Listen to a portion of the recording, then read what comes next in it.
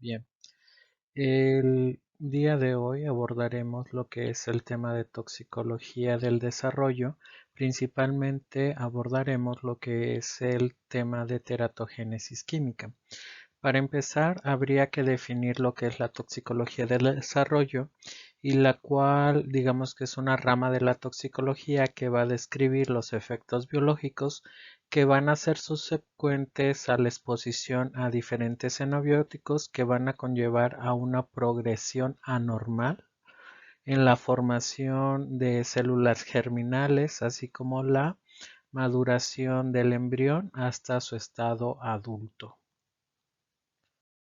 Vamos a definir a la teratogénesis como aquellas alteraciones que son de tipo morfológico, bioquímico o funcional que se van a originar durante el embarazo y se detecta durante la gestación, el nacimiento o durante la etapa de vida postnatal del individuo. En este tipo de alteraciones, como vamos a ver más adelante, para que se lleve a cabo el desarrollo de la teratogénesis, debe de haber primero una interacción entre la madre y el xenobiótico. Recuerden que en esta interacción se va a realizar un efecto tóxico a lo que viene siendo el embrión o feto. Recuerden que la diferencia entre un embrión y un feto es simplemente cuestión de temporalidad, mientras que consideramos a un producto como embrión es cuando tiene una edad menor a la octava semana de gestación y lo consideramos feto cuando éste presenta una edad superior a la octava semana. Los efectos que pueden desencadenar la interacción entre el xenobiótico con la madre y posteriormente al efecto tóxico del embrión o feto pueden ser subdivididos en dos clases. Uno que es el irreversible, que es el que vamos a tratar de dilucidar en esta clase, sobre todo los mecanismos asociados al desarrollo de este tipo de efectos y efectos que son reversibles. Los efectos que son reversibles, pues como su nombre lo indican, no van a afectar la calidad de vida del producto o la función de alguno de sus órganos o el desarrollo de alguno de estos sistemas. Sin embargo, aquellos que son considerados como irreversibles también los vamos a subclasificar en aquellos efectos que son incompatibles con la vida, que conllevan a la muerte del producto y aquellos que son compatibles con la vida. Y las que sean compatibles con la vida las vamos a clasificar como alteraciones en funciones, es decir, aquí las podemos considerar como alteraciones menores, es decir, solamente hay una disfunción postnatal en función del metabolismo, en función del desarrollo cognitivo, algo por el estilo. Mientras que las anomalías morfológicas las vamos a considerar como alteraciones mayores y van a dar paso a efectos teratogénicos, que son alteraciones a nivel del desarrollo de órganos, sistemas o de fisionomía, de morfología del individuo, y también puede haber una disminución del desarrollo cognitivo, pero esta va a ser muy evidente. Es decir, si trazáramos el desarrollo cognitivo de una persona, estaría muy por debajo del promedio, mientras que si son alteraciones de funciones, estaría solamente cercano al promedio, pero no dentro del promedio. Mientras que una disminución del desarrollo cognitivo a través de una anomalía morfológica por un desarrollo anormal del cráneo o del cerebro conllevaría a que sí se estuviera muy por debajo del promedio en lo que es el desarrollo cognitivo. Bien, obviamente la teratogénesis va a ser desarrollada por xenobióticos que son considerados como teratógenos, los cuales los vamos a clasificar o a definir como cualquier agente que sea capaz de causar anormalidades estructurales, bioquímicas o funcionales en un individuo durante su gestación. Este tipo de xenobióticos tiene la característica de que son factores no genéticos, es decir, no es asociado a herencia, son enfermedades como ustedes conocen, enfermedades genéticas que pueden ser heredadas, sino que van a alterar la morfogénesis y la diferenciación del feto o del embrión, y de esto va a derivar lo que es la alteración en la funcionalidad o la malformación. Aquí hay un apartado que, si bien anteriormente estamos hablando de la década de los 90, se admitía, era que los teratógenos no eran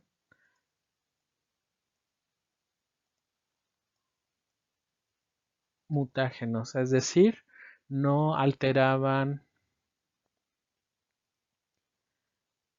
secuencias en el DNA que fueran heredadas a sus descendientes. Sin embargo, cuando veamos los efectos transgeneracionales de los xenobióticos, aquí podríamos poner en duda si este principio se sigue aplicando o no, porque como vamos a ver más adelante en los efectos transgeneracionales de los xenobióticos o de los tóxicos, muchas de estas alteraciones que conllevan a la teratogénesis se ha observado que quizás pudieran ser heredadas.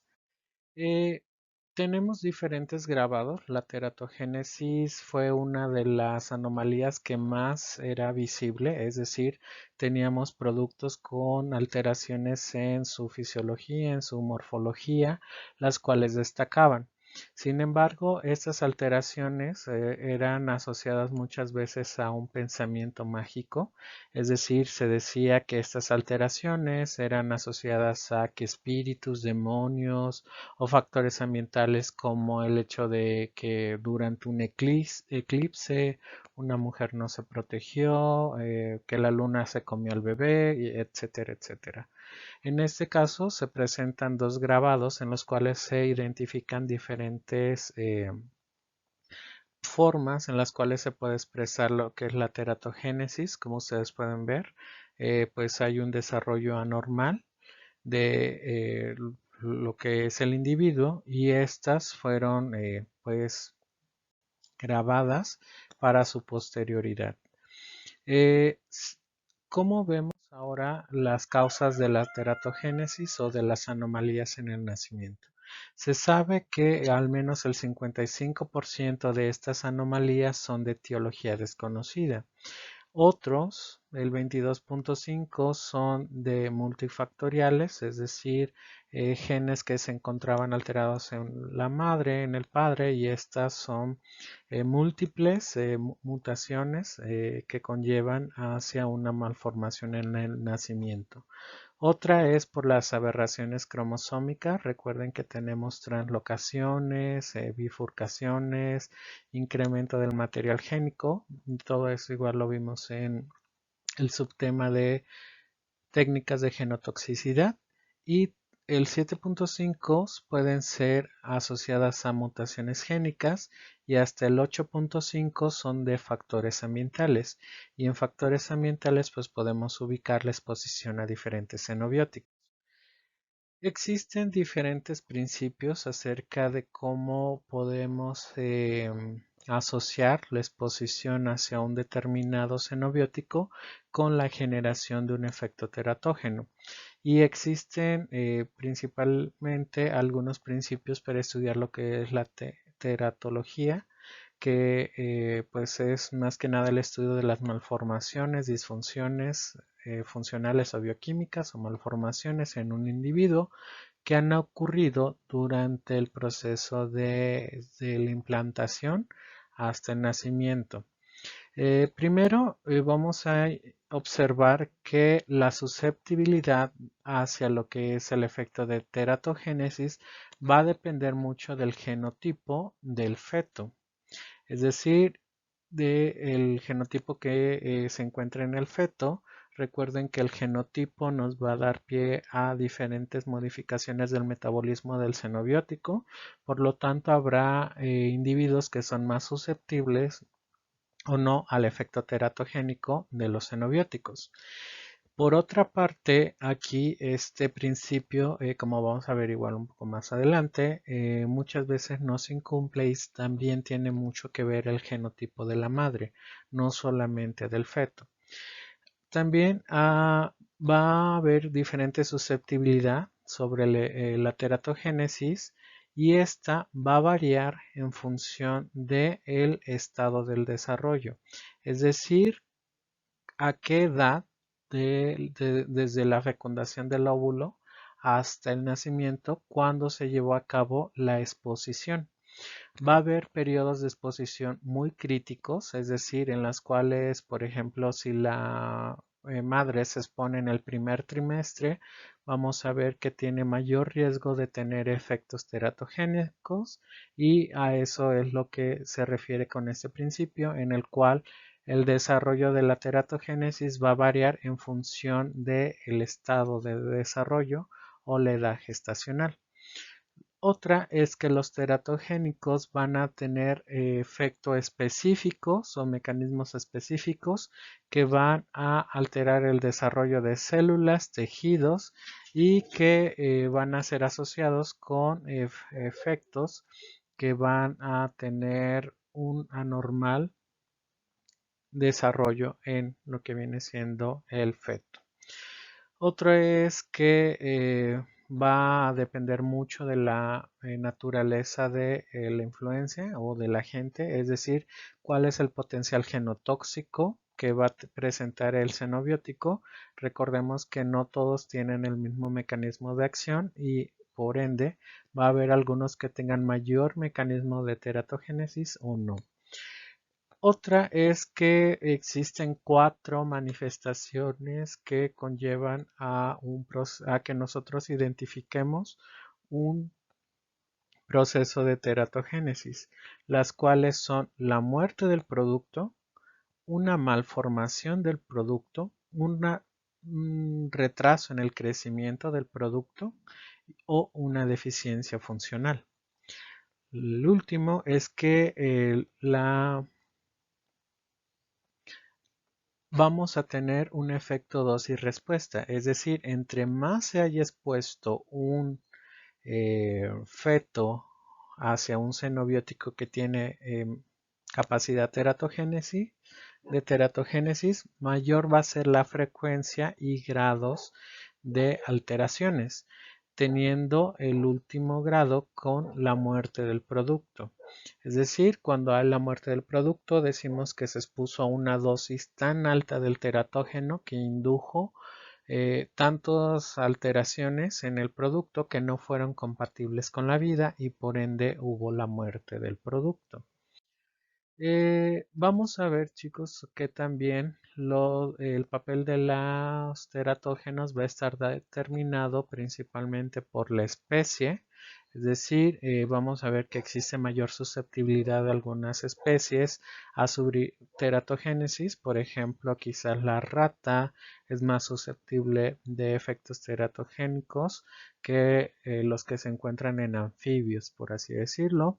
La edad gestacional no es lo mismo exponer a un producto dentro del primer trimestre al segundo trimestre o tercer trimestre de embarazo. La dosis del teratógeno, que era lo que veíamos anteriormente, que a mayor dosis de exposición, mayor efecto. Y aquí es algo que yo les mencionaba, en el cual no solamente va a depender del genotipo del embrión, sino también de la madre. ¿Por qué acá ya no se considera el padre? Pues ya no se considera porque recuerden que la madre funciona como el organismo de soporte del desarrollo del feto. Por lo tanto, si la madre tiene un metabolismo del xenobiótico, digamos, muy eficiente, pese a que se exponga, el metabolismo de la madre va a eliminar los efectos tóxicos de la exposición al xenobiótico de manera tal que el embrión ya no se va a encontrar expuesto. Si la madre tiene una deficiencia en el metabolismo del xenobiótico, eso hace que el xenobiótico pueda pasar hacia el embrión y de esta manera aquí ya empieza a jugar el papel el genotipo del embrión. Es decir, si el embrión tiene un genotipo asociado a un eficiente metabolismo del xenobiótico, pues va a poder eliminar el xenobiótico al cual se encuentra expuesto su madre. Pero eso, les repito, dependerá de la edad a la cual se exponga el feto hacia el xenobiótico. Existen diferentes factores que se consideran como teratógenos. Dentro de ellas se encuentran diferentes enfermedades. Generalmente la teratogénesis, aparte del factor genético, también se encuentra asociado a factores biológicos, dentro de los cuales destacan infecciones de tipo virales, como pueden ser infección por citomegalovirus, infección por VIH, infección por rubiola, varicela, sífilis y algunas enfermedades parasitarias como son la infección por toxoplasma. Sin embargo, también, como veíamos anteriormente, al menos el 8% de los efectos teratogénicos son desarrollados por la exposición a xenobióticos de tipo ambiental.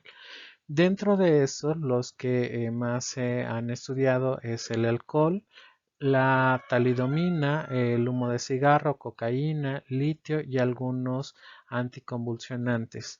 También algunos metales como es el metilmercurio, el mercurio, el cadmio tienen esos efectos teratogénicos. Hay algunos otros factores que son propios del individuo, de su estilo de vida o de su entorno de vida que hacen más susceptible a una persona de tener un producto con un efecto teratogénico.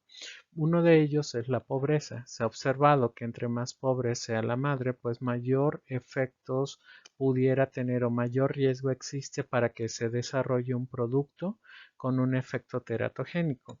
Recuerden que a mayor pobreza, al menos en países en vías de desarrollo como el nuestro, eso implica que la mujer tenga menos seguimiento médico durante su embarazo, quizás menos capacidad de adquirir algunos suplementos alimenticios como el ácido fólico, entre otros.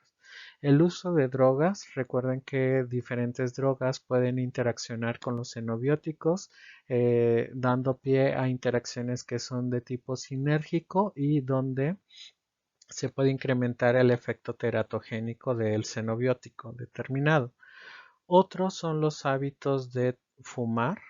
eh, Generalmente recuerden que el tabaco se considera como un teratogénico, otros son la desnutrición y otra es el poco cuidado prenatal. Recuerden que la desnutrición ayuda hacia la formación de productos con efecto teratogénico porque disminuye la cantidad de albúmina, por así decirlo.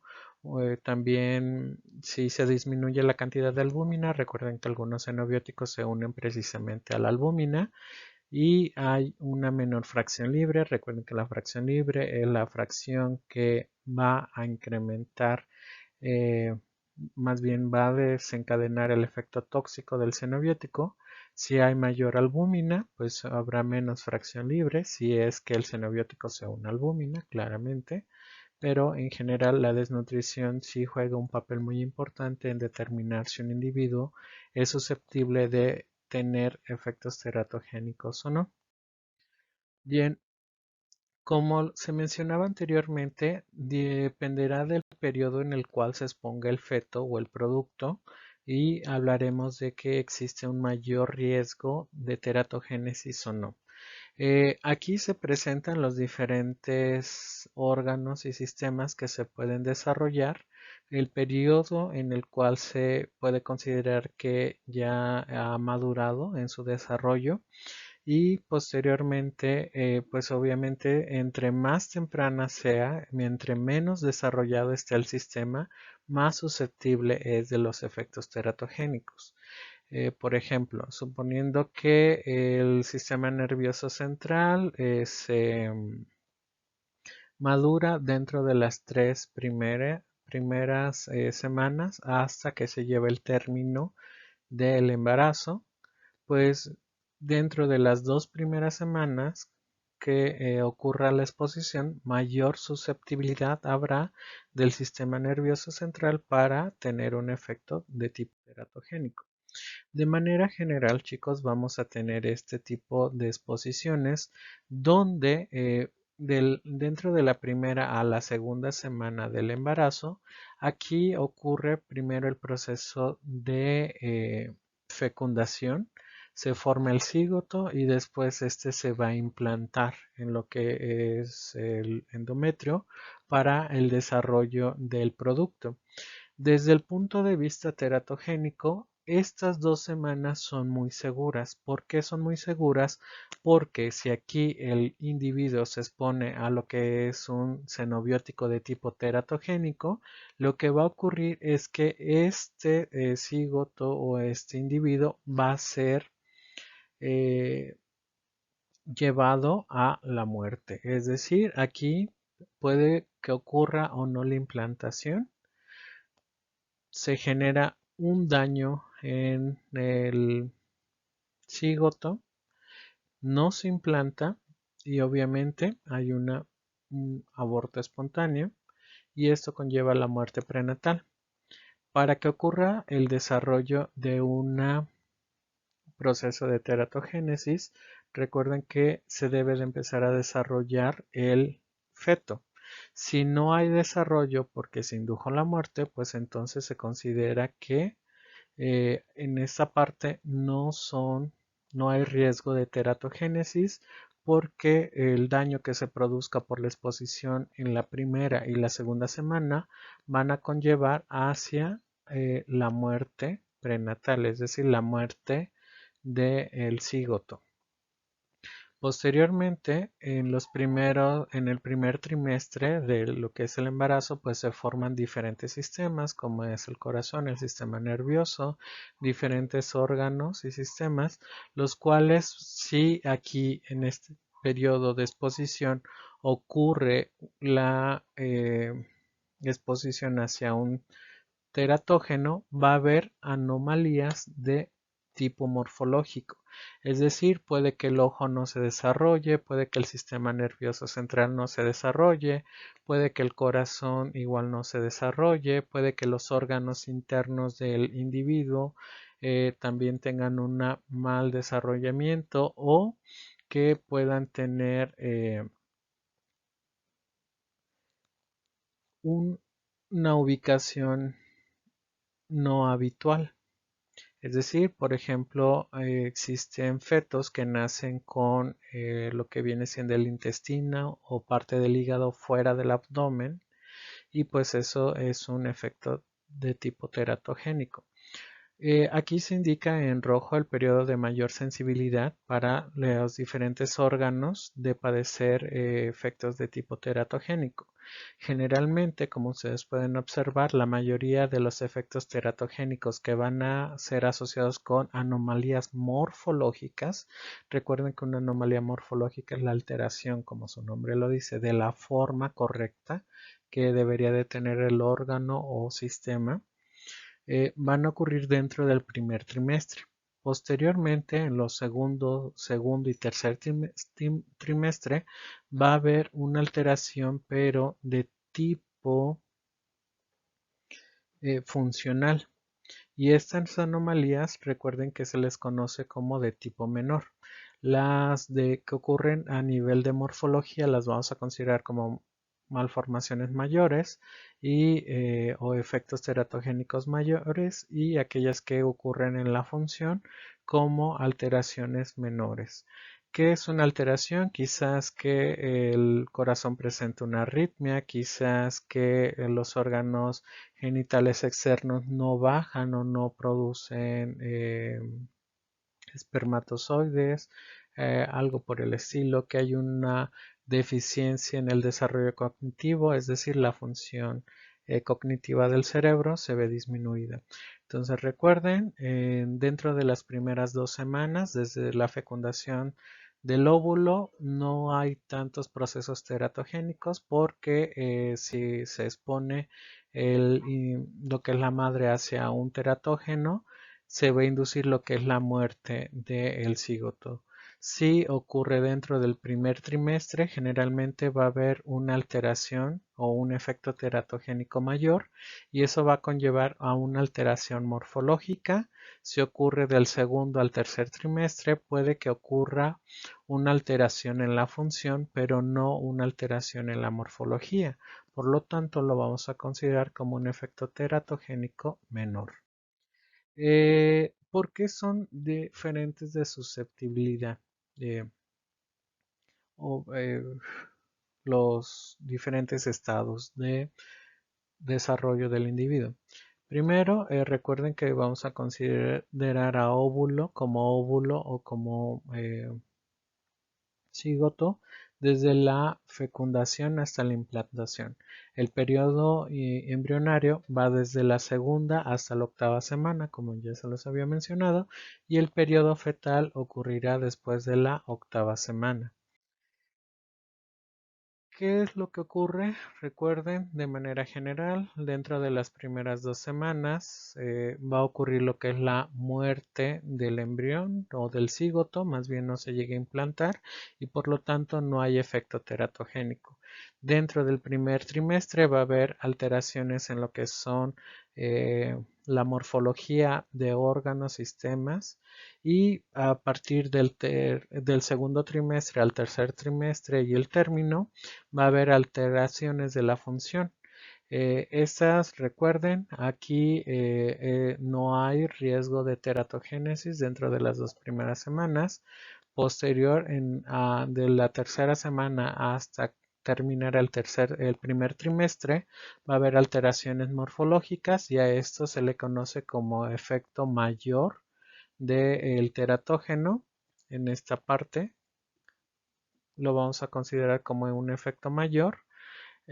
Posteriormente, en el segundo trimestre y tercer trimestre del desarrollo embrionario, solamente va a haber alteraciones ya no morfológicas, pero sí funcionales. En este periodo lo vamos a considerar como alteraciones de tipo menores que ocurrirá por los efectos teratogénicos. Si ocurren en el primer trimestre, van a ser de tipo mayores o de tipo morfológico. Si ocurren en la primera y segunda semana, conllevarán a la muerte del producto, por lo tanto no hay teratogénesis y demás. Ahora, dependiendo del periodo de exposición, como ya lo habíamos observado, también va a depender mucho la malformación que se lleve a cabo. Aquí se realizó un experimento utilizando fetos de hámster donde fueron expuestos a ácido retinoico, el cual, pues si alguno de ustedes ha ido con algún dermatólogo, generalmente este se aplica en lo que es la piel para el tratamiento del acné, pero cuando hay la exposición en periodos gestacionales, pues tiene a desarrollar efectos de tipo teratogénico. De manera general, aquí se establece lo que es el periodo donde se llevó a cabo lo que es la exposición del feto y aquí se presenta el día donde se llevó a cabo la exposición. Como ustedes pueden observar, dependiendo del periodo donde se haya llevado a cabo la exposición, existe un mayor porcentaje de un tipo de malformación.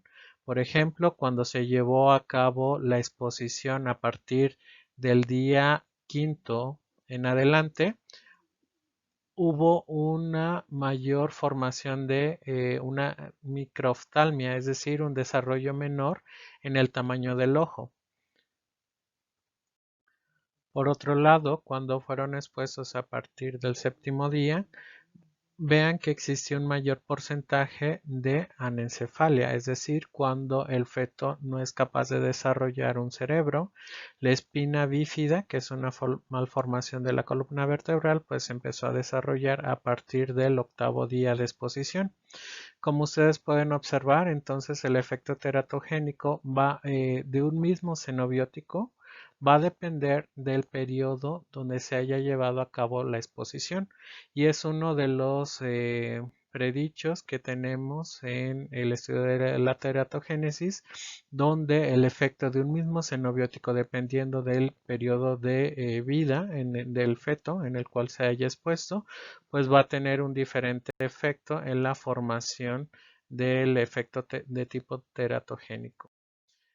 Aquí se presenta el tiempo de desarrollo de la organogénesis en diferentes mamíferos que son utilizados para el estudio de la teratogénesis, y entre ellos destaca pues el uso de la rata, del conejo, del mono, y aunque no se realizan estudios en animales, perdón, en humanos, se han observado por estudios epidemiológicos o de casos y controles donde se rastrea dónde se llevó a cabo la exposición. En el caso de la formación del blastocito, desde la implantación y de la organogénesis, pues vean que los periodos son muy diferentes en lo que es la rata, el conejo, y relativamente similares en lo que es el mono y el humano. Y pues cada uno de estos periodos donde se pudo llevar a cabo la exposición hacia el xenobiótico de tipo teratogénico, pues se incrementará mayor o menor medida el desarrollo de un efecto. Por ejemplo, la exposición entre los días 18 o 20 hacia un xenobiótico de tipo teratogénico podría conllevar hacia el desarrollo de defectos del tubo neural. La exposición en lo que es en el día 43 de la concepción, pues estaría asociada con una mala diferenciación en testículos, y así dependiendo del periodo donde se haya llevado a cabo la exposición habrá un efecto teratogénico muy diferente. Pero ¿cómo se va a llevar a cabo la exposición o el desarrollo de teratogénesis? Primero vamos a tener la exposición hacia lo que es el agente tóxico. En este caso va a haber factores de susceptibilidad asociados a la madre, como pueden ser la edad. Recuerden que entre mayor sea la mujer, menor capacidad tendrá su óvulo de reparar daño de tipo genético. También aquí se incluye la genética de la mujer. Se ha observado que algunos grupos étnicos tienen mayor susceptibilidad a tener productos con defectos teratogénicos, como son mujeres caucásicas y mujeres que tienden a ser de grupos autóctonos o de nativos americanos o grupos indígenas. El estado de salud de la madre, hay, por ejemplo, si la madre tiene una disfunción de tipo renal, esto establecería que el xenobiótico se encuentre mayor tiempo en circulación, sea menor eliminado, y por ende va a haber una mayor exposición hacia el xenobiótico. Otra es la inducción de estrés, el estado nutricional, como ya se había mencionado anteriormente, que se haya expuesto a diferentes xenobióticos y que esto conlleve interacciones toxicológicas, y el número de partos que haya tenido. Dentro de la exposición, que pueden conllevar efectos teratogénicos en el producto, puede que se genere anemiotoxemia, puede haber un desembalance endocrino, un deficiente nutricional, un imbalance electrolítico, un imbalance ácido-base, un decremento en el flujo sanguíneo hacia el útero, una alteración en el funcionamiento de algún órgano, como puede ser el hígado o el riñón, y un decremento en la tasa de producción de leche materna. Todos estos factores pues van a ser asociados a incrementar mayor el riesgo de desarrollar efectos de tipo teratogénico, y también son considerados como efectos de desarrollo indirecto para el efecto genotóxico. Por otro lado, recuerden que si aquí se generan el metabolito o el tóxico es capaz de atravesar lo que es la placenta, puede tener un efecto directo, ya que, como su nombre lo dice, ha atravesado la placenta y es capaz de ejercer su efecto tóxico sobre el embrión o el feto. Recuerden que esto variará dependiendo de la edad del producto. Si lo es capaz de atravesar la placenta, se considera como un teratógeno de efecto directo y puede tener efectos alterando el tamaño de la placenta o del producto, reduciendo el flujo de sangre, alterando el transporte de nutrientes o alterando el metabolismo. Por otra parte, recuerden que aquí se mencionaba que puede haber susceptibilidad o no de lo que viene siendo la madre. Si la madre es susceptible o no, puede conllevar hacia un efecto teratogénico. Por ejemplo, si el xenobiótico no afecta directamente a la madre, se dice que vamos a asumir que podría tener un efecto directo en el embrión. Si va a tener un efecto directo en la madre, entonces vamos a tener que debe de haber una alteración en lo que es la función de la madre, la función en función del desarrollo del embrión, como puede haber una alteración en el metabolismo de la madre, que la madre no sea capaz de desechar productos tóxicos del metabolismo y estos se acumulen y afecten a lo que es el producto. Si no ocurre esto, igual debemos de asumir que el xenobiótico puede tener un efecto directo en el embrión. Si el teratógeno es capaz de inducir un efecto en lo que es la salud materna. Es decir, aquí solamente se da el efecto teratogénico por la exposición de la madre y no tanto por un efecto directo hacia lo que es el embrión, pues vamos a hablar de teratógenos que van a estar asociados al riesgo materno. Ahora, existen diferentes enzimas que van a participar en el metabolismo del xenobiótico y obviamente dependiendo de la edad gestacional se van a poder expresar.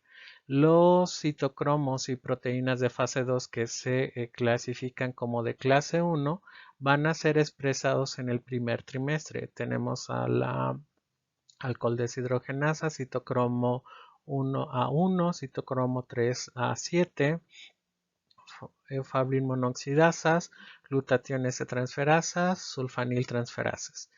Los de clase 2 se van a establecer dentro del segundo trimestre y del segundo y tercer trimestre. Incluye igual la glutatión S-transferasa y algunos otros citocromos. Mientras que los de clase 3 van a ser generalmente expresados a partir del tercer trimestre hasta que se lleva a cabo el nacimiento por el feto. Ahora bien, ¿por qué es importante, como yo les mencionaba, el genotipo del feto y de la madre? Porque la madre va a ser el primer organismo que va a metabolizar todos estos xenobióticos, como vemos aquí. Si la madre tiene un metabolismo eficiente, pues va a ser capaz de eliminar a estos xenobióticos y ya los xenobióticos no van a entrar en contacto con el feto. Si el feto es capaz de metabolizarlo rápidamente, pues obviamente no van a tener ningún efecto de tipo teratogénico. Sin embargo, si el feto tiene un genotipo de metabolismo bajo, la madre también lo tiene bajo, entonces tendríamos un feto que es más susceptible de tener efectos de tipo teratogénico. Vamos a observar algunos de los principales casos más estudiados de efectos teratogénicos. Uno de ellos fue el caso de Minamata. Minamata era una comunidad que se ubicaba en las cercanías de fábricas metalúrgicas, las cuales generalmente utilizaban la extracción de metales, donde se liberaba lo que era el mercurio hacia lo que es la bahía. Y las mujeres embarazadas, pues obviamente si tenían bahía había una alta pesca y pues las mujeres consumían el pescado de su misma localidad. Esto se asoció principalmente por el proceso de tipo de magnificación biológica. ¿Qué es lo que ocurre? La empresa arrojaba hacia lo que es la bahía lo que es mercurio. En el mercurio, cuando no está metilado, se dice que es menos tóxico. Se requiere de que esté metilado para que tenga una mayor toxicidad hacia los organismos vivos. En este caso, aquí cuando se liberaba lo que era el mercurio, era metilado por sedimentos que se encontraban, bacterias o algunos otros microorganismos que se encontraban en el sedimento del mar. Este ya era metilado y obviamente al ser metilado ya ejercía un efecto tóxico y bioacumulativo y biomagnificante. ¿Qué es bioacumulativo? Que si un organismo consume más metilmercurio no lo va a poder excretar, siempre se va a encontrar en el organismo.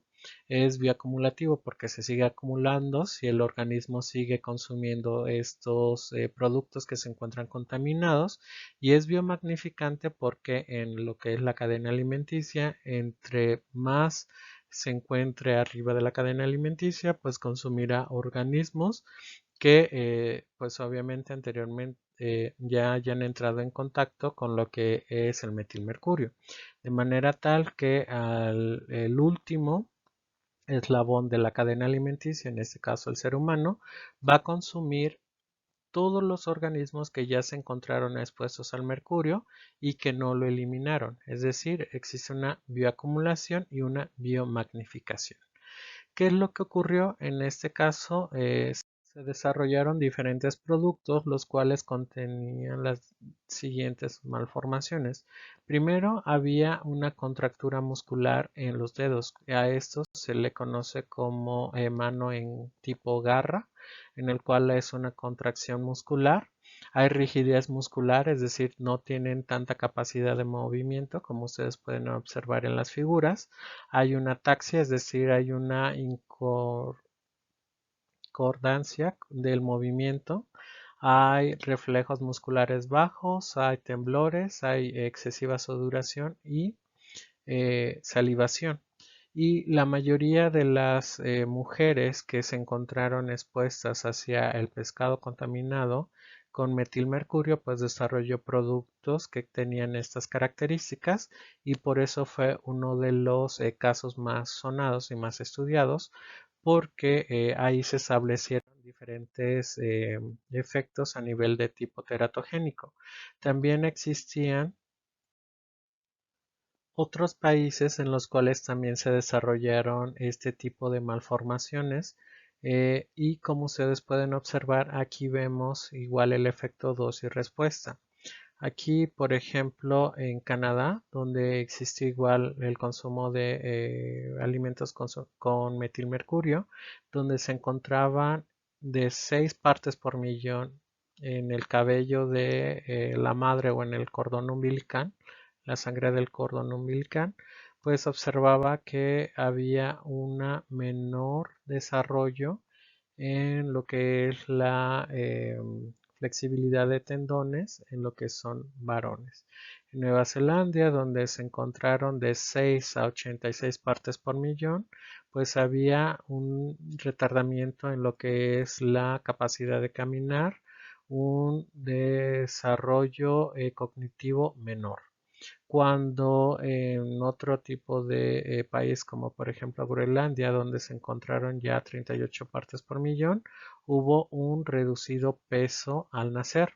En Irak, donde fueron de 165 a 320 partes por millón, ya existía un desarrollo anormal en lo que es la capacidad motora y mental. Y en Minamata, donde existieron hasta 293 partes por millón, pues ya conllevaba a todas las alteraciones que anteriormente se mencionaron. Es decir, aquí tenemos un claro efecto dosis-respuesta, donde entre mayor es la dosis de exposición al xenobiótico, mayor va a ser el efecto. Como ustedes pueden observar, aquí entre más se encuentre expuesto el ser humano hacia este xenobiótico que es el metilmercurio, pues mayor efecto tendrá.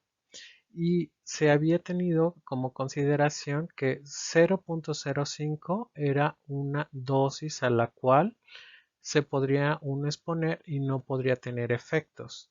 ¿Efectos de qué tipo? De tipo agudo. Sin embargo, en el caso de Minamata se observó que dosis muy bajas de partes por millón sí tuvieron un efecto, con lo cual pues se estableció acuerdos, de hecho se conoce como acuerdo de Minamata, donde se establecieron unas dosis más pequeñas de exposición y pues a esto igual es uno de los casos de teratogénesis que ha conllevado a una nueva regulación a nivel mundial.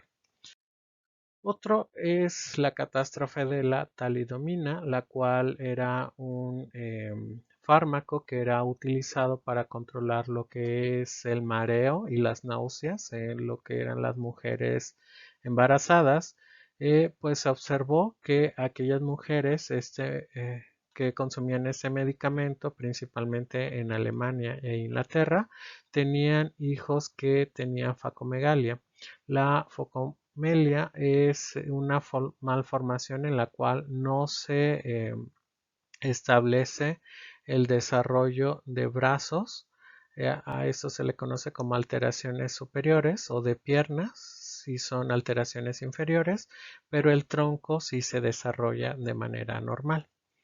En este caso, chicos, aquí se hizo la primera declaración donde generalmente la talidomida era vendida como un medicamento que se conocía como Contergan, el cual era indicado, prescrito para que la mujer no sintiera mareo ni náuseas en la mañana. Sin embargo, aquí es como se empiezan a dar los reportes donde un doctor establece que él ha observado 52 malformaciones en individuos cuyas madres tomaban este medicamento. Por lo tanto, se consideraba que quizás estuviera establecido con efectos de tipo teratogénico. ¿Por qué este medicamento no fue prohibida su venta o no fue prohibida su consumo? Porque recuerden que muchos medicamentos son liberados después de su de su prueba en modelos animales que buscan efectos de tipo agudo. Sin embargo, la teratogénesis es un proceso que muchas veces en modelos animales no se da. Es decir, yo expongo una rata, un conejo, un ratón, un chimpancé y no desarrollan efectos teratogénicos, libero el producto, el medicamento. Sin embargo, ya digamos que la fase 3, cuando se empiezan a registrar efectos nocivos a la salud por el consumo del medicamento, y este fue uno de los casos. En este caso, el medicamento pasó todas las pruebas. Sin embargo, cuando se empezó a consumir por las mujeres embarazadas, pues se observó el desarrollo de estas malformaciones. Otro es el valproato o ácido valproico, el cual va a desarrollar un efecto en el desarrollo del infante, el cual va a estar caracterizado por una microftalmia, es decir, un ojo más pequeño al normal, una nariz ancha y una boca pequeña con el labio inferior grueso, como ustedes pueden observar en las imágenes.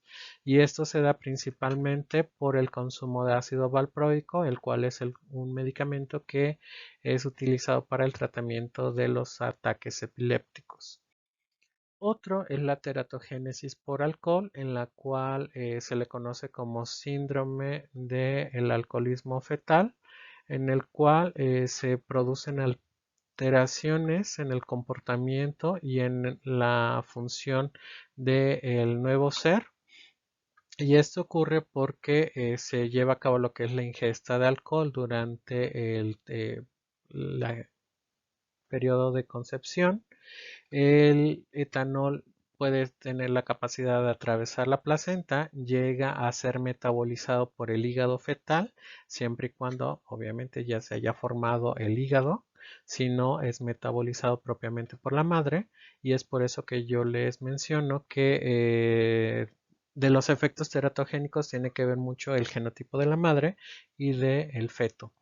Bien, en el caso de feto, cuando ingresa el xenobiótico al hígado fetal, se desarrolla lo que es incremento de las especies reactivas del oxígeno y hay una gran oxidación de ácidos grasos principalmente, y eso recuerden que los ácidos grasos esenciales son utilizados para el desarrollo de las neuronas, y obviamente si hay una deficiencia en este tipo de ácidos grasos, también habrá una deficiencia en el desarrollo del cerebro. Las consecuencias que tienen estos individuos son principalmente dificultades del comportamiento, del aprendizaje, y generalmente tienen un deterioro cognitivo. Estas son algunas de las características que van a presentar los individuos con este síndrome. Vean que la nariz es un poco achatada, la boca es relativamente fina, a diferencia del síndrome por ácido valproico. También tienen una curvatura en lo que es el dedo meñico. También una oreja súper enrolladas, es decir, va a haber pliegos anómalos, y también una distancia grande entre los ojos. Y bueno, vamos a ver algunos, estas son fotografías de individuos que tienen esta condición. Vean que los ojos son un poco pequeños, hay una separación de estos, hay un super enrollamiento de los oídos y hay una boca relativamente fina. Eh, ¿Cuáles son los mecanismos que se generan durante el proceso de teratogénesis de alcohol? Pues primero hay estrés oxidativo, lo cual conlleva hacia la oxidación del ADN y proteínas. Hay una alteración del ciclo celular, hay modificaciones de la expresión génica y también hay daño a nivel celular, se induce daño y mayor generación de muerte celular, y hay diferentes factores que se consideran asociados al desarrollo de este proceso de teratogénesis, como hipoxia, isquemia y alguna generación de metabolitos eh, no deseados, como el acetaldehído, que recuerden es uno de los metabolitos que se liberan durante el metabolismo del alcohol, que pueden conllevar al desarrollo de el síndrome de alcoholismo. Ahora, también se ha sugerido que puede existir una interacción entre diversos factores, es decir, que el síndrome de alcoholismo fetal puede ser multifactorial. Primero, iniciaría este proceso con la exposición de la madre al alcohol. Esta exposición de la madre al alcohol, pues obviamente conduciría a daño a tejidos. Recuerden que durante el metabolismo del alcohol, a través de la alcohol deshidrogenasa, aldehído deshidrogenasa y el citocromo 12-1, se van a generar diferentes especies reactivas del oxígeno. Esas especies reactivas del oxígeno o el mismo acetaldehído o aldehído van a originar lo que es la muerte de determinados tejidos. Esa muerte, recuerden que la muerte de los tejidos genera un proceso de proinflamación, y ese proceso de inflamación pues obviamente va a estar asociada con la liberación de proteínas de fase aguda, de citocinas principalmente, y esto va a generar diferentes consecuencias a nivel de lo que viene siendo la salud de la madre. Primero, va a reducirse la capacidad de absorber folatos. Recuerden que el ácido fólico o el folato es absorbido por la madre y es crítica para una buena formación del feto. También va a haber una disminución en lo que es la vitamina A o precursores, y también puede haber un incremento en lo que es los niveles de cobre en sangre, y va a haber una asociación con una disminución de los niveles de hierro en sangre. Estas condiciones van a estar asociadas a un estado de desnutrición metabólica por la ingesta de alcohol. Aparte de eso, dentro del mecanismo que asocia la inducción de una respuesta inflamatoria, va a estar asociado al incremento de diferentes proteínas, en este caso las metalationeínas, las cuales son proteínas que tienden a secuestrar iones divalentes. De manera general, las metalotioneínas son elevadas principalmente cuando el organismo se expone a metales pesados como cadmio, mercurio, arsénico y demás. Sin embargo, hay una expresión por la exposición a lo que es el alcohol y esto va a conllevar a que se secuestren iones divalentes. Recuerden que uno de los iones divalentes más importantes es el zinc, el cual sirve de cofactores, por ejemplo, para la transcripción, replicación, regulación del ADN. Existen los famosos dedos de zinc, que son estructuras que permiten, por así decirlo, hacer procesos de relajamiento de la cromatina y demás. En este caso, al secuestrar el zinc en lo que es el hígado de la madre, también va a haber una reducción de zinc en plasma. Obviamente esto también va a reducir la captación del zinc por el feto. Recuerden que si hay una reducción de algún nutriente en el plasma o de la madre, pues el plasma al final llega a lo que es la placenta y en la placenta se absorben estos nutrientes y iones divalentes.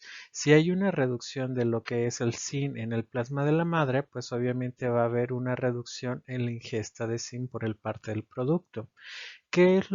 ¿Cuáles son las consecuencias que van a dar pie a esta alteración? Primero, recuerden que va a haber una disminución de la polimerización de los túbulos que pueden estar implicados en el remodelamiento celular, en la organogénesis, osteogénesis y demás, en los cuales son procesos que se requiere de alto remodelamiento celular. Por otra parte, se puede alterar lo que es la progresión del ciclo celular, puede haber afectación a nivel de cromosomas, también puede haber un mal metabolismo de factores de crecimiento, la inducción de estrés oxidativo, un proceso alterado de muerte celular, una disminución en lo que son procesos de migración celular y principalmente una baja actividad de aquellas enzimas que dependan del zinc. Por otra parte, eso es lo que ocurriría en el feto. Por otra parte, lo que ocurre en la madre, pues es, como ya les había mencionado, una inducción de un estado de nutrición baja o de malnutrición en la madre. Hay un incremento del acetaldehído. Recuerden que el acetaldehído es responsable de los efectos neurotóxicos del alcohol. Hay una hipoxia en lo que es el feto. Hay incremento de especies reactivas del oxígeno. Hay alteración de lo que es la migración de la cresta neuronal. Hay incremento de la muerte celular. Hay disfunción de la mitocondria, disfunción de neurotransmisores, interferencia con la adhesión de interacción célula-célula y demás. Todo esto va a conllevar hacia la alteración y generación de procesos fetales anormales. Ahora, si bien para la mayoría de los xenobióticos que son de tipo teratogénico se puede establecer un mecanismo de acción, existen otras malformaciones como es la del labio y paladar hendida, cuya etiología es multifactorial. Es decir, casi no podemos rastrear eh, cuál es el xenobiótico o cuál es el teratógeno que está dando origen a esta malformación. Aquí ocurre diversas interacciones entre el genotipo de la madre, el genotipo del producto con el ambiente. Recuerden que podríamos decir que el genotipo propone y el ambiente dispone. Y estas interacciones pues pueden llevar a cabo que se den alteraciones como el labio paladar hendido. En este caso, esta enfermedad es caracterizada ya sea porque no se cierre el labio superior, quizás no hay un cierre del paladar o ambas, lo que viene siendo el labio y paladar. Estas alteraciones tienen que ver muchas veces con factores ambientales, pero también con factores genéticos.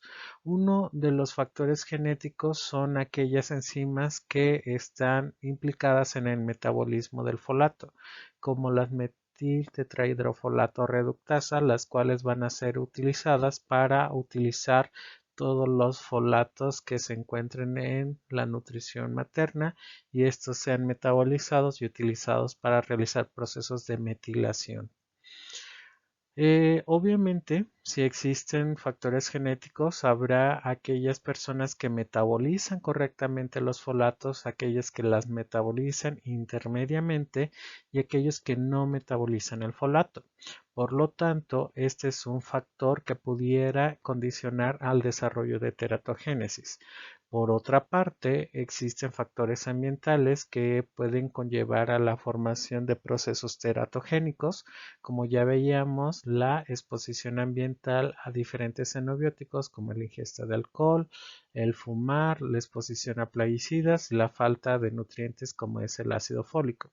Ahora imagínense el siguiente escenario, que tuviéramos todos estos factores que la persona que está llevando el embarazo consume alcohol, fuma, se expone a plaguicidas, no tiene un buen consumo de ácido fólico, ya sea porque el alcohol le induce este proceso de malnutrición o ya sea porque carece del recurso económico para comprar estos suplementos alimenticios y aparte tiene un mal metabolismo del folato. Es decir, no solamente tiene un poco consumo del folato, sino que el folato que llega a consumir no lo puede metabolizar. Pues obviamente, si aquí tenemos un factor de riesgo más otro factor de riesgos, pues nos va a dar igual a dos factores de riesgo. Es decir, se va a incrementar la probabilidad de que exista una malformación. Es a esto, chicos, lo que se conoce como interacción gen-ambiente y varias de las enfermedades que son de tipo teratogénico por teratógenos químicos tienen mucha interacción entre estos dos factores. Como yo les había mencionado, puede haber diferentes factores, los factores genéticos, biológicos, como las infecciones virales, factores químicos y estados nutricionales como es la ingesta del ácido fólico. En este caso, recuerden que estos factores van a interaccionar entre el ambiente y el genotipo y puede dar que un individuo sea más susceptible de tener estas malformaciones. Muchas veces nos cuestionamos por qué personas que quizás nunca se expusieron a un determinado xenobiótico, supongamos el alcohol, yo nunca tomé, me cuidaba y aún así quizás tuve un producto con una malformación. Quizás ahí el factor más importante es el genético. ¿Qué tal si nunca en la historia de mi familia y la de mi pareja ha existido un antecedente de una persona que haya tenido una malformación, pero yo quizás bebí, quizás me expuse a algún xenobiótico que es teratogénico durante el primer trimestre? Pues esto va a ser un teratógeno de tipo ambiental. ¿Qué pasa cuando tenemos ambas cargas? Que tenemos el factor genético, que yo ya tengo historial, que en mi familia existen malformaciones en los productos y además me expongo a xenobióticos que son de tipo teratogénico, pues obviamente el riesgo de que yo tenga un producto o un hijo con una malformación se eleva al doble. ¿Qué pasa si yo ya sé que tengo quizás antecedentes de tener familiar cercano o lejana con antecedentes de productos con malformaciones? Pues simplemente quizás me cuido más, acudo a mayores revisiones, consumo desde antes de la concepción ácido fólico, tengo un estilo de vida saludable, pues ahí quizás el ambiente funciona como un factor protector. A lo que los quiero llevar es que muchas veces la balanza va a estar inclinada hacia el factor genético, otras veces hacia el factor ambiental, pero muchas veces o la mayoría de las veces va a haber una interacción entre el genotipo y el ambiente. Y esto va a hacer que un producto sea más susceptible de tener una malformación o no tenga estas malformaciones. De manera general, se sabe que aquellas personas que estuvieron expuestas durante el primer trimestre a lo que son plaguicidas, recuerden que los plaguicidas se utilizan mucho en países que son cuya economía se basa en la agricultura y más, por ejemplo, en el estado de Guerrero, que es principalmente agrícola, pues obviamente hay mayor exposición a este tipo de sustancias. Por otra parte, si la persona quizás no consume lo que son folatos o multivitamínicos, pues obviamente puede que exista una mayor probabilidad de inducir la aparición de un efecto como es el labio y paladar hendido.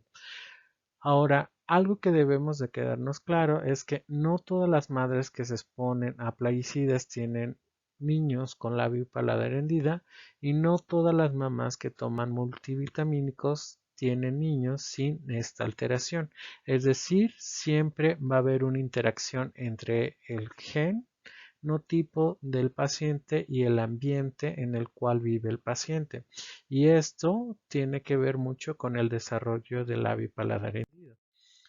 Aquí se presentan diferentes trabajos que se han realizado en el estado de Guerrero, en los cuales se han evaluado los efectos de tipo teratógeno.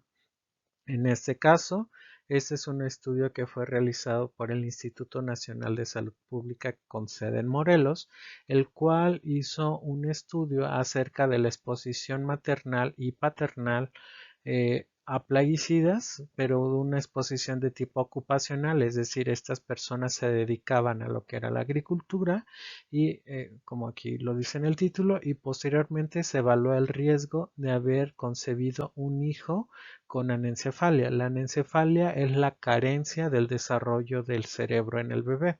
Si en este caso el producto no tiene cerebro, pues obviamente no es compatible con la vida y generalmente muere 1 o 2 horas después de la concepción. Ahora, en el caso de este estudio, algo de lo que se encontró o de lo más relevante fue eso, que se identificaron factores de riesgo para desarrollar o tener productos con anencefalia en el estado de México. En México, en este caso, se incluyeron diferentes estados. Uno de ellos fue el estado de México, el estado de Puebla y el estado de Guerrero, como ustedes pueden observar.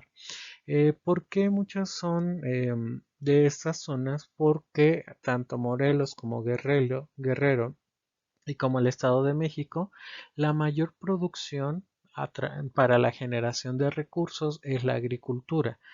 Si bien anteriormente en el Estado de Guerrero la derrama económica que se daba era principalmente por el turismo, pues ya ven que los factores han cambiado y eso posiciona a la agricultura como una de las principales actividades económicas que no impactan tanto en el desarrollo del Estado, pero sí impactan en la economía de la familia.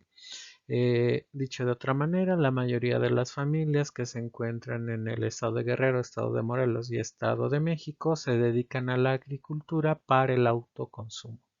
Ahora, aquí lo que se tuvo que saber es que estos tipos de casos de anencefalia eran muy prevalentes en lo que son este tipo de estados. Por lo tanto, fueron seleccionados para realizar el estudio. Se realizó un estudio de casos y controles, es decir, un niño que presentó la malformación contra un niño que no lo presentó y posteriormente se les preguntó a los padres a qué estuvieron expuestos. Aquí cabe aclarar que existe un sesgo. ¿Por qué? Imagínense ustedes que acaban de tener a un hijo con quizás alguna malformación, con un efecto teratogénico y que alguien los cuestione sobre por qué tiene esta malformación. Obviamente es un tema tabú, muchas veces es considerado como un tema tabú por la educación que hemos tenido donde las enfermedades son vistas como quizás castigos divinos, como porque quizás la persona hizo algo malo en su vida y por eso tiene esta enfermedad.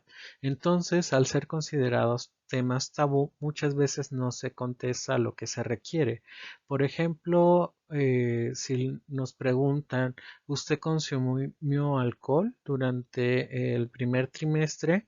Generalmente las personas intentan decir no. ¿Por qué? Porque yo me siento que si yo contesto que sí consumí alcohol, entonces yo estoy aceptando que el culpable de que mi hijo tenga esta enfermedad he sido yo por consumir alcohol y no cuidarme. Obviamente algunas personas contestan honestamente, sí, sí consumí alcohol, otras personas tratan de no responder esta pregunta o quizá responder con una falsedad. Y esto supone un sesgo. Es por eso que los estudios epidemiológicos deben de ser demostrados por estudios en animales o in vitro. En este caso, aquí se asignaron lo que son trabajadores de la agricultura. Aquí tenían los casos, los controles y los ORs. Y observen esto. Cuando las personas trabajaban de agricultura en el periodo de riesgo agudo. Recuerden que el periodo de riesgo alto es en el primer trimestre. Cuando se ejercía durante el primer trimestre las actividades de agricultura, vean que la probabilidad de tener un hijo con anencefalia era de 3 veces mayor 3 veces más en comparación con aquellos individuos que no tenían ese trabajo de agricultura, ya sea ajustado o crudo, el OR, y de esta manera pues nos puede establecer la posible asociación entre la exposición ocupacional a plaguicidas con el desarrollo de un proceso de teratogénesis. Por otro lado, este es un estudio que fue realizado en la facultad, fue realizado en el Laboratorio de Toxicología y Salud Ambiental, en el cual se identificó precisamente en la asociación que tenía el desarrollo del labio y paladar hendido con un polimorfismo en una enzima que está implicada en el metabolismo del folato. Este fue un estudio que se realizó en el estado de Guerrero, cuyos eh, participantes eran guerrerenses de 3 generaciones, es decir, abuelos, hijos, padres, todos estos eran de Guerrero.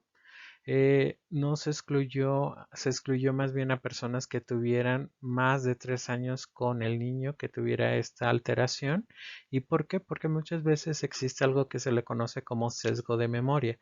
Entre más pasa el tiempo, menos soy capaz de recordar a qué me expuse cuando yo quizás estaba embarazada o cuando concebí a mi hijo. ¿Sí? Entonces, en este caso, fue realizado igual, como les digo, en la Universidad Autónoma de Guerrero, en el Laboratorio de Toxicología y Salud Ambiental. Fue realizado en los dos hospitales de la zona centro, que es el Hospital Raimundo y el Hospital de la Madre y el Niño Guerrerense. Pues lo que se observó fue lo siguiente. eh, Se observó que la edad de concepción sí era muy diferente. Por ejemplo, cuando eran personas o mujeres mayores de 35 años, vean que la frecuencia en casos casi era la misma. En este caso, en la población que fue testada, la mayor frecuencia eran aquellas personas que tenían una edad menor a 20 años en comparación con los controles. Es decir, aquí la edad quizás que fuera menor de 20 años se asoció quizás con el desarrollo de la enfermedad del labio y paladar hendido en el producto. Por otra parte, vean igual que en el caso de los niños que presentaron esta malformación, las madres también tenían una menor preparación académica. Y esto muchas veces no es tanto que ver con la preparación académica, sino que es un medidor de la pobreza, quizás es un medidor indirecto de la pobreza y obviamente entre menos recursos, menor probabilidad de que una mujer tenga acceso a los complementos alimenticios. El uso de suplementos como es el ácido fólico, vean que aquí al parecer el 50% de las mujeres sí consumían dentro de los casos y en los controles casi menos de la mitad consumían. Pero esto, como ya les comentaba, es ese sesgo en el cual quizá las mujeres contestaron sí, sí consumía ácido fólico para no sentirse culpables de que ellas fueran las causantes de que quizás el bebé o el producto tuviera esta anomalía. También hubo una relación con la exposición a tabaco, la exposición hacia lo que son los plaguicidas. Cuando se hace la comparación entre la ingesta de ácido fólico, vean que aquellas mujeres que no consumieron ácido fólico tuvieron 3.8 veces más riesgo de concebir un hijo con labio y paladar hendido en comparación con las mujeres que sí consumieron ácido fólico. Cuando se evaluó la exposición a plaguicidas, ustedes observan que aquellas mujeres que se expusieron a plaguicidas tuvieron 2 veces más riesgo de tener un niño con labio y paladar hendido en comparación con las mujeres que no se expusieron a plaguicidas. Aquí no se encontró realmente una asociación entre la exposición a humo de tabaco. Eh, ¿Cómo se explican estas alteraciones a nivel de lo que es la embriogénesis o a través de los diferentes xenobióticos que tienen capacidad de ser teratógenos? Pues bueno, aquí se realizó un estudio donde se utilizó un modelo animal donde se expusieron al ácido retinoico, el cual es un químico que es teratogénico, sin embargo se usa en dermatología para tratamientos de lo que es el acné a concentraciones relativamente bajas y seguras. Pues bueno, cuando se exponen hacia este xenobiótico, vean, este es el grupo control, es decir, no se encuentra expuesto hacia lo que es el xenobiótico y aquí se muestran las diferentes fases del ciclo celular, donde aquí en esta parte se representa lo que es la fase de síntesis. La fase de síntesis, recuerden, en el ciclo celular es cuando se está sintetizando el ADN y como ustedes pueden observar, esta fase es la que se altera cuando hay la exposición hacia lo que es el ácido retinoico. Es decir, la mayoría de los mutágenos van a alterar el ciclo celular, pueden inducir la muerte celular, pueden impedir la interacción célula-célula y esto va a conllevar hacia el desarrollo de procesos de tipo teratogénico. ¿Por qué es poco probable que nosotros identifiquemos un teratogénico antes de que efectúe su efecto? Es decir, ¿por qué no podemos prevenir muchas veces que una sustancia salga al mercado y nosotros digamos realmente es seguro para que una mujer embarazada lo pueda consumir y el producto no tenga ningún efecto? Esto no es posible porque uno de los factores que favorecen primero este tipo de alteraciones es que la mayoría de los estudios se realizan en modelos animales. Sin embargo, recuerden que no se puede extrapolar el 100% de la información que nosotros obtenemos de modelos animales a lo que es el ser humano. Por ejemplo, la talidomida, que es uno de los teratogénicos que ha causado una de las tragedias más grandes en la humanidad, pues pasó todos los pruebas en modelos animales. Sin embargo, pues aquí lo que sucedió es que la rata quizás no era susceptible, el ratón no era susceptible, el cobayo no era susceptible, el conejo no era susceptible y solamente el humano fue susceptible. Obviamente no es ético probar un medicamento en mujeres embarazadas o en seres humanos antes de que se realice exposición a modelos animales. En modelos animales es cuando yo voy a realizar medir el efecto probable de probable teratogénesis, pero no lo voy a aplicar a una mujer embarazada, ya que es antiético. Pues, ¿qué pasó? Pasó este medicamento todas las pruebas en modelos animales. Cuando sale a la venta, el ser humano resultó ser el único animal que fue afectado por la talidomida y generó un efecto teratogénico. Otra es que casi no existen ensayos clínicos sobre teratogénesis, principalmente porque no son éticos. No se va a poder experimentar, o más bien no es ético probar si una sustancia es teratogénica con un ser humano que no es capaz de decidir si desea participar.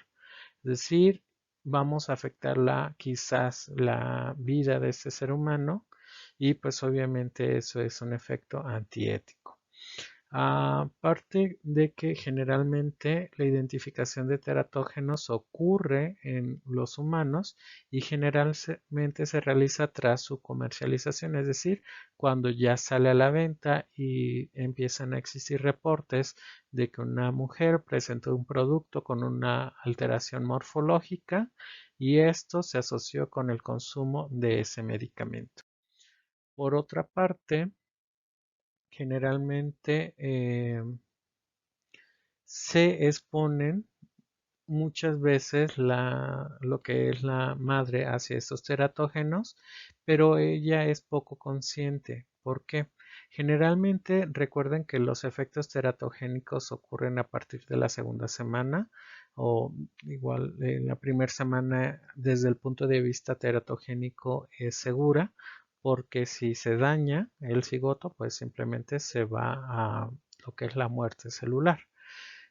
Sin embargo, cuando se exponen posterior a estas semanas, muchas veces es difícil de recordar. Es decir, se tiene lo que es el producto, pero muchas veces si no recordamos lo que hicimos ayer, pues obviamente pocas veces recordamos a qué nos expusimos 9 meses antes. Por lo tanto, no puede haber muchas veces esa asociación entre, sí, yo me expuse a tal xenobiótico, muy probablemente eso sea la causante de que mi producto tenga esta alteración.